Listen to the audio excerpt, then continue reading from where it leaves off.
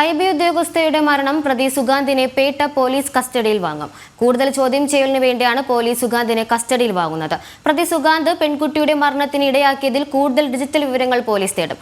സുഗാന്തിന്റെ phone കേന്ദ്രീകരിച്ചാണ് കൂടുതൽ അന്വേഷണം.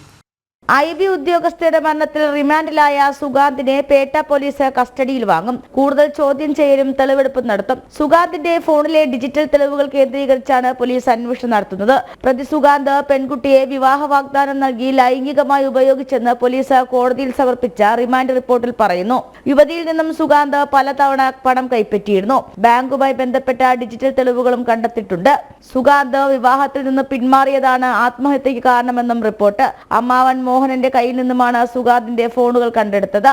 ഇയാൾ സുഗാന്തിനെ ഒളിവിൽ പോകാൻ സഹായിച്ചു. മുൻകൂർ ജാമ്യാപേക്ഷ ഹൈക്കോടതി തള്ളിയതോടെ സുഗാന്ത് പോലീസിൽ കീഴടങ്ങി. പ്രതിയായതോടെ ഇയാളെ IBയിൽ നിന്നും പുറത്താക്കിയിരുന്നു. കഴിഞ്ഞ മാർച്ച് 24-നാണ് പേട്ട റെയിൽവേ സ്റ്റേഷന് സമീപം IB ഉദ്യോഗസ്ഥയെ ട്രെയിൻ തട്ടി മരിച്ച നിലയിൽ കണ്ടെത്തിയത്. പെട്ടെന്നുള്ള പ്രകോപനമാണ് ആത്മഹത്യക്ക് കാരണമെന്നതും മാനസികവും ശാരീരികവുമായി പ്രതി പെൺകുട്ടിയെ പീഡിപ്പിച്ചതിന്റെ തെളിവുകൾ സുഗാന്തിനെതിരെ പോലീസ് കണ്ടെടുത്തിരുന്നു.